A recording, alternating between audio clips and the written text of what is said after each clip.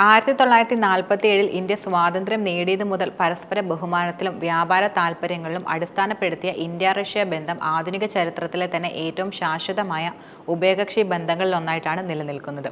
5 വർഷത്തെ ഇടവേളയ്ക്ക് ശേഷം 2024 ഇന്ത്യൻ പ്രധാനമന്ത്രി നരേന്ദ്രമോദി 2 തവണയാണ് റഷ്യ സന്ദർശനം പ്രധാനമായി നടത്തിയത്.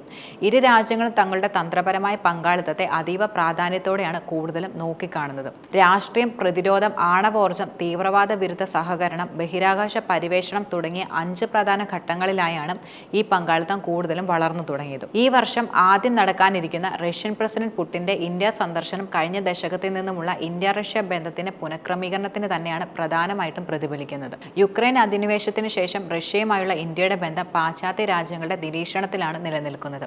റഷ്യയുടെ നടപടികളെ അപലപിക്കേണ്ടതില്ലെന്ന് തീരുമാനിക്കുകയും അന്താരാഷ്ട്ര ഉപരോധങ്ങളിൽ നിന്ന് വിട്ടുനിൽക്കുകയും ചെയ്തുകൊണ്ട് ദീർഘകാല നിഷ്പക്ഷ നിലപാടാണ് ഇന്ത്യ നിലവിൽ തുടർന്നു പോരുന്നത്.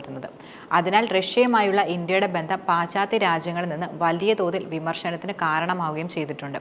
റഷ്യയ്ക്ക് മേൽ ഉപരോധം ഏർപ്പെടുത്തി പാശ്ചാത്യ വിപണികളിലേക്കുള്ള രാജ്യത്തിന്റെ പ്രവേശനം വെട്ടിക്കുറച്ചതോടെ ഇന്ത്യയും റഷ്യയും തമ്മിലുള്ള സാമ്പത്തിക ബന്ധം കൂടുതൽ ശക്തമാവുകയും ചെയ്തിട്ടുണ്ട്. ഇതിന്റെ എല്ലാം ഫലമായിട്ടാണ് ഉഭയകക്ഷി വ്യാപാരം യുദ്ധത്തിന് മുമ്പ് വെറും $12 ബില്യൺ ആയിരുന്നതിൽ നിന്ന് 2023 $65 ബില്യൺ ഉയർന്നിരുന്നത്. 2030 ഉഭയകക്ഷി വ്യാപാരം $100 ബില്യൺ ഉയർത്തുക എന്ന ലക്ഷ്യത്തോടെ വിവിധ മേഖലകളിൽ ഇരു രാജ്യങ്ങളും സഹകരിക്കുന്നുമുണ്ട്.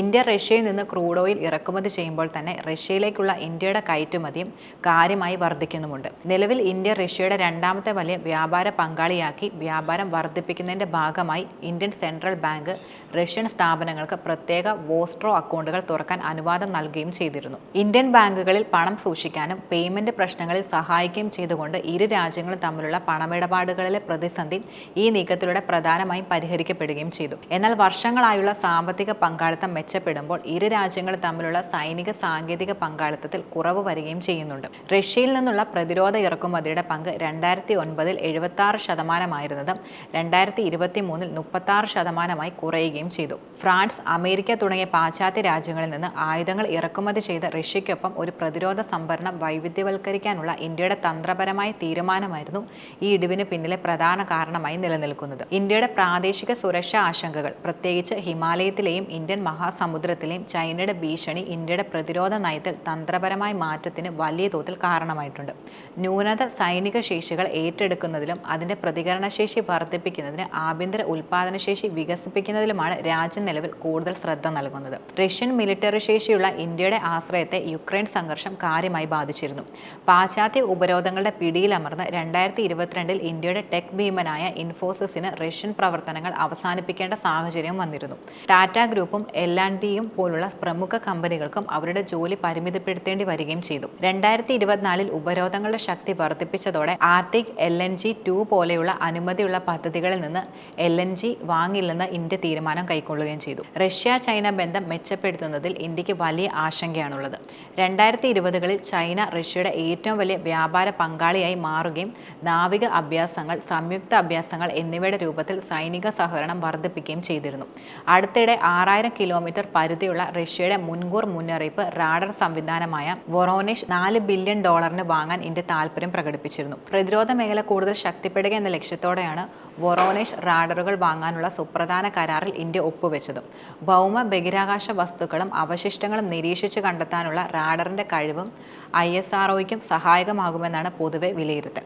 ISRO തയ്യാറാക്കുന്ന സുപ്രധാന ബഹിരാകാശ പദ്ധതിയിൽ ഉൾപ്പെടെ നിർണായക പങ്കുവഹിക്കാൻ ഇവയ്ക്ക് കഴിയുകയും ചെയ്യും. പുടിന്റെ സന്ദർശനം അടുത്തിരിക്കുന്നതിനാൽ 23ാമത് ഇന്ത്യ-റഷ്യ ഉച്ചകോടിയുടെ അജണ്ടയിൽ ഇക്കാര്യങ്ങൾ സംസാരിക്കാനുള്ള സാധ്യതയുമുണ്ട്. റഷ്യൻ സൈന്യത്തിലെ സേവനത്തിനായി നിർബന്ധിതരായ ഇന്ത്യക്കാരെ സ്വദേശത്തേക്ക് കൊണ്ടുപോകുന്നതിനെക്കുറിച്ച് കാര്യമായ ചർച്ചകൾ നടക്കും. യുക്രൈനിലെ യുദ്ധം എങ്ങനെ അവസാനിപ്പിക്കാൻ പുടിൻ പദ്ധതിയിടുന്നു എന്നതും പ്രധാനപ്പെട്ട വിഷയങ്ങളാണ്. പുടിന്റെ ഇന്ത്യ സന്ദർശനം റഷ്യയുടെ നയതന്ത്ര വിജയം എന്നതാണ് റിപ്പോർട്ടുകൾ സൂചിപ്പിക്കുന്നത്. ഇന്ത്യ നിരവധി പാശ്ചാത്യ രാജ്യങ്ങളിലെ ഒരു സുപ്രധാന സുരക്ഷാ, സാമ്പത്തിക പങ്കാളിയും ആഗോള ദക്ഷിണേന്ത്യയിലെ ഒരു പ്രധാന ശക്തിയുമായിരുന്നിട്ടും റഷ്യയുമായി ഇടപഴകാൻ ഇന്ത്യ ഇപ്പോഴും തയ്യാറാണ് എന്നത് ഏറെ ശ്രദ്ധേയമാണ്. റഷ്യയെ നയതന്ത്രപരമായും രാഷ്ട്രീയമായും ഒറ്റപ്പെടുത്താനുള്ള പാശ്ചാത്യരുടെ ശ്രമങ്ങൾ പരാജയപ്പെട്ടുവെന്നാണ് ഈ സന്ദർശനം തെളിയിക്കുന്നത്. ഇന്ത്യയെ സംബന്ധിച്ചിടത്തോളം പുടിന്റെ സന്ദർശനം പ്രധാനമായും എല്ലാ വൻശക്തികളുമായും ഇടപഴകിക്കൊണ്ട് ഒരു ബഹുധ്രുവ ലോകക്രമം രൂപപ്പെടുത്താനുള്ള ഇന്ത്യയുടെ പ്രതിബദ്ധതയെ ശക്തിപ്പെടുത്തുക എന്നതാണ്.